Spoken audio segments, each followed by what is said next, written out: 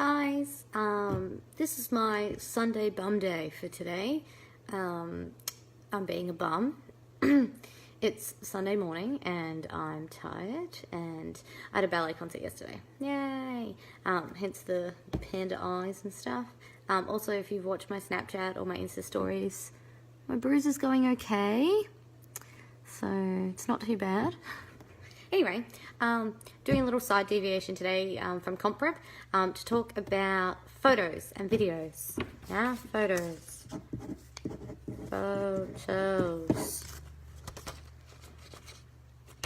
Yeah. So, I have been involved in the pole industry for quite a long time now, and I've met quite a few photographers. You guys probably know that Peter Thurgood Photography is actually one of my close friends. And I met Brad at my second Miss Pole at the Forum Theatre, and he was wandering around in the dressing rooms. This is when he had a big long ponytail and stuff, talking about Fontaine not wearing any pants. And I was thinking, who the bloody hell is this massive guy talking about Fontaine not wearing any pants? Yeah, so I've been around for a while and dealt with a lot of the photographer guys. And something I've noticed lately is that competitors in particular, because non-competitors, just pole students, I don't expect as much from you because you don't know, so that's okay. But I'm going to tell you, I'm going to educate you a little bit. So, pole photography and videography, generally the videography is an outsourced company that do videography. They're not pole specific, but still they are businesses. They're probably self-employed. If you've done any of Survivor or regionals or something lately, my Blake has done them. So a lot of time and effort go into photos and videos. A lot, like more than you can imagine. Not only have they taken all of the photos and been at that event all night before the show starts, after the show starts, doing all the presentations, yeah. They've then got to go through those, sometimes 5, 6, 7, 8. Brad can probably tell me how many he's taken at Miss Pole. Yeah, probably like 10,000 photos. They then have to go through all of those, delete all the ones that are blurry, lights weird, ugly positions or faces, and then pick out the certain amount that they're going to use, and then edit them. The amount of people who say, oh, but I don't need them edited. This goes for studio shots too. Oh, I don't need them edited. A photographer's photos is his work. Essentially, not letting him edit them, like, it's usually just color correction and lighting, that kind of stuff, yeah? They're not photoshopping unless you've paid extra for that, because that is a lot of effort too. Don't ask them to Photoshop unless you're willing to pay extra, yeah? What was I saying? I don't know, I lost my train of thought. Anyway, a lot of time and effort, lighting correction. Oh, editing, right. So not letting a photographer edit their photos for you is the equivalent of going on stage and marking it. Yeah, so it's all there, it's pretty good, but it could be better with a little tweak. Yeah, you wouldn't do that. You wouldn't put your rehearsal video up instead of your finished piece. Yeah, so why would you ask them to put up their raw images when they could give you color-corrected, edited photos? Yeah, so please don't harass them for raw images and say that you don't need it editing. Yeah, they're professionals, let them do what they're doing. Something else that's really important, most photographers will pick the edits for you, especially if it's a comp. They will pick the ones that look best. Don't ask them for other ones. Chances are you looked stupid in it. Yeah, your leg was probably bent, or you're pulling a stupid face, and a stupid face not as in like a mid-wink or something. They've chosen them for a reason, and especially the likes of Brad, who has been doing this for 100 years, yeah, he knows what he's looking for. If he didn't give you that photo, he might not have got it. That's the other thing. He might have been moving angles, or he might have, needed to sneeze. Yeah. They're human. They might not have got it. It's fine. Yeah, so just trust them. They know what they're doing. Something else. This goes for comp photos and studio photos. So say you've had one of the photographers come in to your studio and do photos for you, and they've, picked your edits and sent you the edits. Don't edit them. That would be like me giving someone choreography and a routine, and they're like, yeah, I love it, that's great, thank you so much, and then changing it.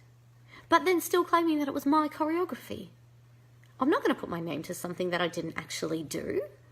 So if you've gone and put up a photo from, you know, Brad or Pete or Adam or I don't know all the girls behind all the other ones.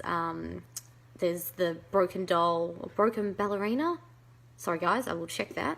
And Natasha, yeah, all of those. If you've gotten an edit from them and then you've edited it and put it up, that's not their work. That is not a representation of their work. So if somebody is then looking for a photographer and they scroll through and find yours because you've tagged them, we're going to talk about that in a sec, and they see it and they don't like your edit, they're like, oh, probably won't use them, I don't really like it. That was you, not them. Yeah, so please, if you want to edit it, sometimes, especially with the light painting with Pete, the girls will want a different colour. If they want to change a colour or something like that, just ask. Yeah, before you go and put an Instagram filter on it, yeah, just, again, they're the pros. They know what's happening. They know what they're doing. And another one is tagging them. Most photographers, especially if it's a comp, because you didn't pay for comp photos, yeah, the organizer did, it'll have a logo. Yeah, it'll probably have the brand from the photographer, and if it's comp, potentially the comp logo as well. You didn't pay for them, guys. Let the companies have their photos. So the organisers very gracefully pay for the photography, yeah, and most of them will let you have it for free. Side note, apparently most photographers, if you want the high-res version, you can pay extra for that because they'll send them to you, but most people are just happy to get them off Facebook, yeah. Please leave the logos on the photos. Yeah, I know sometimes it's hard. Instagram is square, so it'll crop it out. But where possible, leave the logos. They're there for a reason. I keep talking about Brad. Sorry, Brad. Hi, Brad. He's been around for years. Everybody knows who he is. Everybody knows that Brad does all the big events. Everybody knows that Brad does studio shoots. You can usually pick his work. He also puts his logo on it. Yeah, so that's great. Back in the day when Brad was pretty much the only person who did photography, especially event photography in Australia, you didn't have to tag him so much or leave the logos, which you should have, but it wasn't such a big deal because everyone knew it was Brad, yeah? These days there are a lot of new ones coming in, a lot of new photographers picking up work, doing all the newer, more regional competitions, all that kind of stuff, doing studio shoots. We don't know who they are. And I might be scrolling through your photos and be like, wow, that photo's beautiful. Who did that? No idea. Because you didn't put the logo on it. You didn't tag it. Or I'm scrolling through and I think, oh, that looks like a beautiful stage. That was a great competition.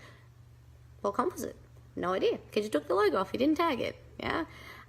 A lot of our industry is word of mouth, guys. So making sure that everybody knows who is who and who did what in the industry is great, because then next time a comp organizer is looking for a photographer or a stage, or competitors are looking for a competition, they know where to find them because the logos are on the photos. We know who they are. We know where they came from.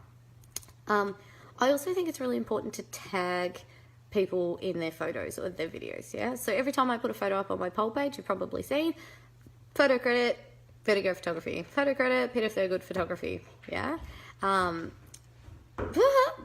Blake's very sneakily trying to creep past in the background. Oh, I wish you'd seen it. I should have moved. Oh, it's the other side. Oh, I can't see him. Anyway, so it's really important to tag them. It's really good, especially the new ones that are coming up, like I'm pretty sure it's Broken Ballerina, Natasha Barber, Peter Thurgood, all those guys that are just coming up and trying to get themselves known in the industry. It's really important to tag them. It's also a really nice thank you, yeah? Like I said, if I'd done choreography for somebody and they went on stage and they won, and they didn't say thank you, I'd be a bit sad, yeah? And I'm sure you would thank you. I'm sure all of you thank your trainers and your costume makers.